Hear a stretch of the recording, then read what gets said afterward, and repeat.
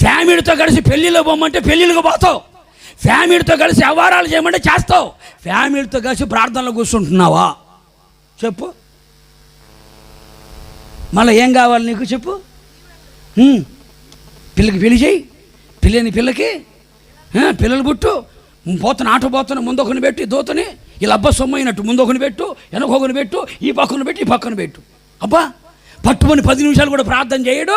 కోరికలు మాత్రం. ఆయన మంచోడు కనుక మౌనంగా ఉన్న నా లాంటోడైతే ఎత్తి సూర్యలంకలో పడేసి ఉండేవాడు. సూర్యలంక అనేది ఉందేనా, దాంట్లో పడేసి ఉండేవాడు. పట్టుమని 10 నిమిషాలు ప్రార్థన చేయడు కానీ గొంతెమ్మ కోరికలు మాత్రం బ్రహ్మాండం కోరుతారు. దేవునితో సహవాసం చేసే వాళ్ళు ఎలా ఉంటారంటే ప్రార్థనా జీవితం కలిగి ఉంటారు. విసుగక ప్రార్థన చేస్తా, ఎడతెగక ప్రార్థన చేస్తూ, పట్టుదల కలిగి ప్రార్థన చేస్తూ